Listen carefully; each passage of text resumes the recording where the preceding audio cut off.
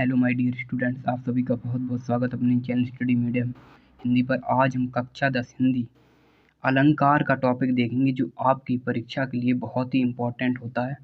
आपकी परीक्षा में अलंकार 2 नंबर के पूछे जाते हैं, यानी कि आपको परीक्षा की दृष्टि से सिर्फ अलंकार 3 पढ़ने हैं: उपमा अलंकार, रूपक अलंकार और उत्प्रेक्षा अलंकार। ठीक है, आपको मैं आज इस प्रकार से अलंकार पढ़ा दूंगा कि आप जिंदगी में कभी भूल नहीं पाओगे। ठीक है, यानी कि मैंने जो अलंकार यहाँ पर परिभाषा लिखी है बहुत ही सिंपल और साधारण शब्दों में लिखी है, जो जिससे आपको बहुत ही आसान तरीके से याद हो जाए। यदि आपने मेरे पुराने वीडियो नहीं देखे हैं तो उनको भी जाकर देख लीजिए और अपनी कंप्लीट तैयारी कीजिए। मैंने जीवन परिचय के इम्पोर्टेंट वीडियो बनाए हैं, अति लघुत्तरी जो प्रश्न आती है आपकी परीक्षा में, रचनाएं, उनकी मैंने बहुत सारे वीडियो बनाए हैं। रस के वीडियो बनाए, श्लोक के, यदि अब मैंने हिंदी के बहुत सारे वीडियो बनाए। आप मेरी प्ले लिस्ट चेक कीजिए, उसमें आपको मिल जाएंगे। ठीक है, चलिए देखते हैं आज उपमा अलंकार। उपमा अलंकार किसे कहते हैं? जहाँ उपमेय की उपमान से समान धर्म गुण आदि के आधार पर समानता बताई जाए वहाँ उपमा अलंकार होता है। आपको समझ में आया? जहाँ किसी वस्तु व्यक्ति की किसी अन्य वस्तु व्यक्ति से तुलना की जाए।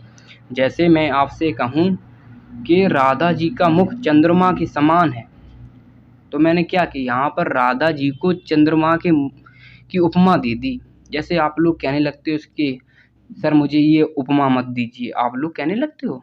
आपसे कोई कहे कि आप महेंद्र सिंह धोनी जैसा खेलते हो, तो आप कहें नहीं, हमें आप धोनी की उपमा मत दो। तो वहाँ पर कौन सा अलंकार हुआ?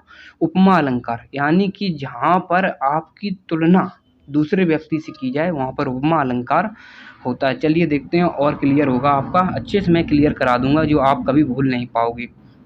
उपमा अलंकार के 4 अंग होते हैं, देख लेते हैं उपमा अलंकार के कौन कौन से 4 अंग होते हैं। उपमेय, मैंने जैसे यहाँ पर आपको अभी बताया था कि जहाँ उपमेय की उपमान से, उपमेय और उपमान आपने पढ़ तो लिया, आप ये भी जान लीजिए कि उपमेय उपमान हम किसे कहते हैं। उपमेय जिसकी उपमा दी जाए, जैसे अभी मैंने आपसे कहा था राधा जी का मुख चंद्रमा के समान है, तो यहाँ पर राधा जी क्या हुई? उपमेय हुई। राधा जी यहाँ क्या हुई? उपमेय, क्योंकि मैंने उनकी उपमा दी इससे चंद्रमा से, और जिससे उपमा दी जाए उसे क्या कहते हैं? उपमान। तो यहाँ पर चंद्रमा क्या हो जाएगा? उपमान हो जाएगा, और राधा क्या हो जाएगी? उपमेय।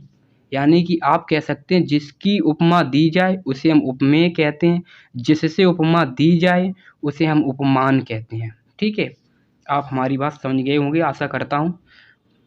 वीडियो को आप ध्यान से देखिए और एंड तक देखिए, आपको मैं तीनों के 3 अलंकार रटा दूंगा। ठीक है, ये मेरा आपसे वादा। चलिए समान धर्म। अब समान धर्म क्या कहते हैं? उपमेय उपमान की वह विशेषता जो दोनों में हो, उपमेय उपमान की वह विशेषता जो दोनों में एक समान हो। यानी कि ऐसा कोई वर्ड हो जिससे उपमेय उपमान की वह विशेषता जो दोनों में एक समान हो। चलिए देखते हैं आगे। वाचक शब्द, ये आपके लिए बहुत जरूरी होता है, वाचक शब्द। ठीक है, वाचक शब्द आप यदि आपको याद है तो आप बता दोगे यहाँ पर उपमा अलंकार है या रूपक अलंकार। ठीक है, चलिए देखते हैं वाचक शब्द क्या है। सा, इब, सम, समान, और भी का शब्द हो सकते हैं।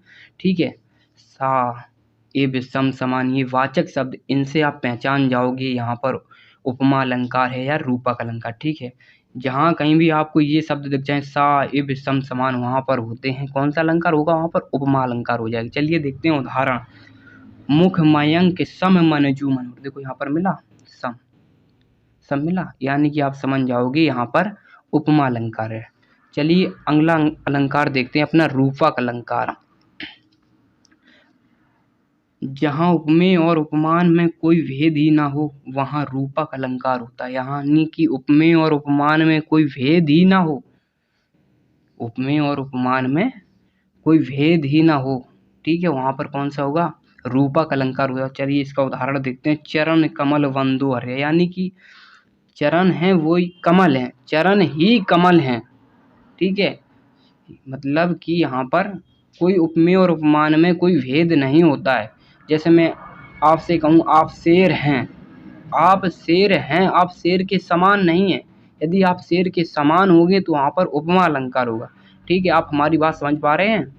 चलिए चरण कमल बंदो हरे राय, इसका ये उदाहरण हो जाएगा। आप इसे लिख के कहीं पे याद कर लीजिए अच्छे से। और अब आप बोलोगे सर वाचक शब्द।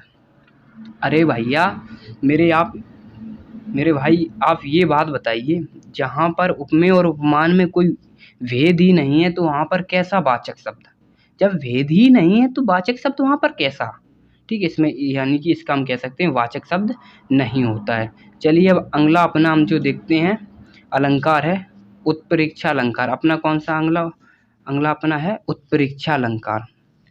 देखते हैं, जहाँ उपमेय में उपमान की संभावना की जाती है वहाँ उत्प्रेक्षा अलंकार, यानी कि जहाँ उपमेय में उपमान की संभावना बताई जाए वहाँ पर होगा अपना कौन सा अलंकार होगा? उत्प्रेक्षा अलंकार होगा।